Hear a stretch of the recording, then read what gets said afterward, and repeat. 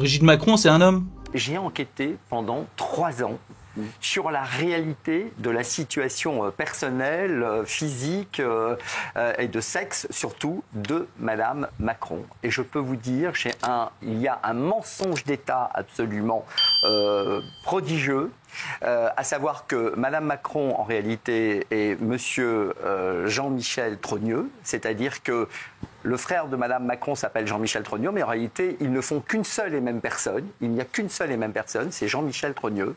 Et en réalité, elle dit qu'elle est née en 1953.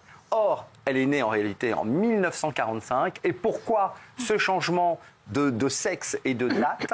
Parce que ça cache un délit, une infraction extrêmement importante qui est le détournement de mineurs qu'aurait commis Madame Macron à l'époque à l'égard de Monsieur Macron. C'est-à-dire qu'elle était beaucoup plus âgée. Et donc ce délit, ce mensonge d'État qui serait couvert par la politique, par tout le monde, est quelque chose qu'elle veut dénoncer. Et elle dit, avec force d'État, donc elle s'est inventé un passé familial qui n'existe pas. Elle s'est inventé un mariage avec un homme et 3 enfants. Or, cet homme, j'ai fait une enquête auprès de l'état civil d'Amiens, cet homme n'existe pas. Il s'appelle André-Louis Osière, eh bien, il n'existe pas. Il n'est pas le père des 3 enfants. La France est secouée par une affaire sans précédent. Une rumeur qui refuse de mourir, une controverse qui enflamme les réseaux sociaux et qui alimente les conversations du pays tout entier.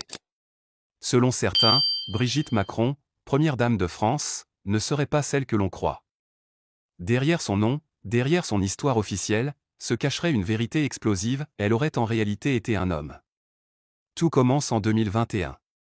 Une vidéo, mise en ligne sur YouTube, avance une thèse incroyable. Elle affirme que Brigitte Macron serait née sous l'identité de Jean-Michel Trogneux, le frère de Brigitte. Les images, les documents, les témoignages supposés sont assemblés comme dans un puzzle inquiétant. Et l'effet est immédiat. La vidéo devient virale, reprise par des influenceurs, commentée dans les forums, partagée des millions de fois. En quelques jours, la France plonge dans le doute. Qui dit vrai? Qui ment? Certains jurent détenir les preuves d'un secret d'État. D'autres dénoncent une manipulation complotiste. Mais pour l'opinion publique, un malaise s'installe. Les rumeurs se multiplient. Des photos de jeunesse circulent, comparées, analysées image par image. Des internautes se transforment en enquêteurs, scrutant chaque détail du passé de Brigitte Macron. Des arbres généalogiques sont reconstitués, des documents d'archives partagés, parfois falsifiés, parfois présentés comme authentiques. Chaque élément devient une pièce à conviction. Dans la foulée, Brigitte Macron réagit.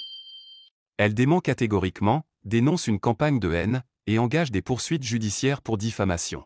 Vous aussi, vous avez été victime des réseaux sociaux. Récemment, on a dit que vous étiez un homme sur les réseaux sociaux. D'abord, ça vous a blessé, ça? C'est-à-dire, au début, j'ai regardé ça d'un petit peu loin, j'en entendais parler, mais bon. Et puis, à un moment donné, je me suis rendu compte qu'ils étaient en train de bouleverser ma généalogie. Comment ça? C'est-à-dire, ils avaient changé mon arbre généalogique. C'est-à-dire, les 3/4 de la famille, c'était bien. Puis d'un seul coup, on arrive à mon frère, je suis mon frère. Et là, on touche à la généalogie de mes parents. Et là, c'est impossible. Quand vous dites qui sont ces gens? Il y a 3 niveaux. Le premier niveau, ce sont les émetteurs. En l'occurrence, là, ce sont des femmes. Des émetteurs qui me poursuivent apparemment depuis longtemps. Je ne sais pas, je n'y vais pas. Ensuite, il y a ceux qui relaient et qui amplifient. Et ensuite, il y a bien évidemment les hébergeurs. Et moi, si je n'y vais pas, si je ne fais rien, alors que ça fait 4 ans que je suis contre le harcèlement, je ne suis pas audible. On va me dire, mais vous ne faites rien. Le président Emmanuel Macron lui-même monte au créneau.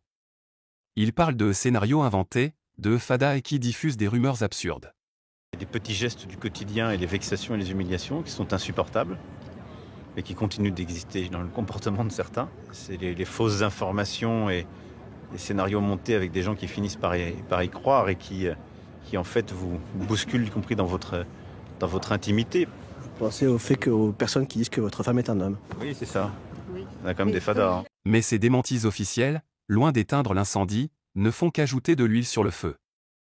Pour les partisans de la rumeur, le silence ou la colère du couple présidentiel sont la preuve ultime que quelque chose est caché. Alors, qui croire?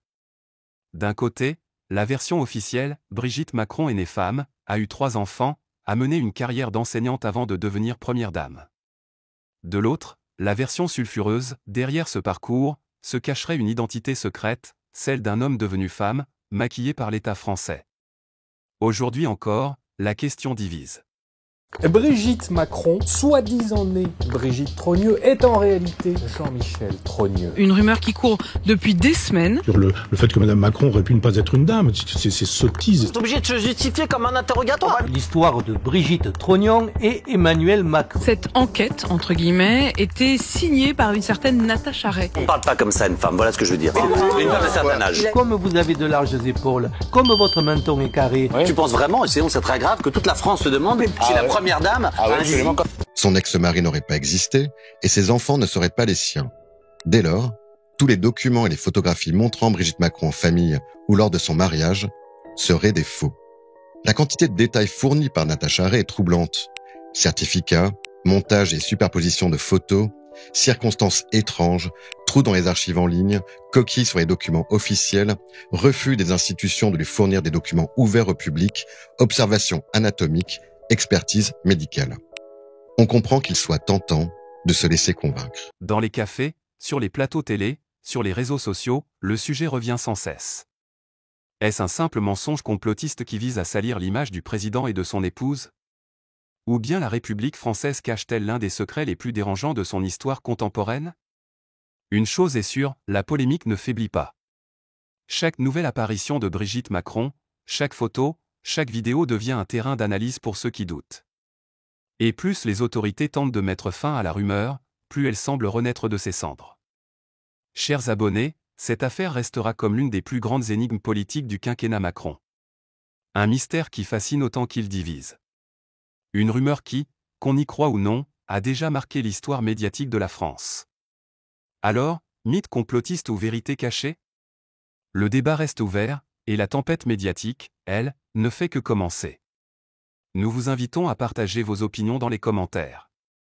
Si vous avez apprécié, n'hésitez pas à le liker et à le transmettre à vos proches.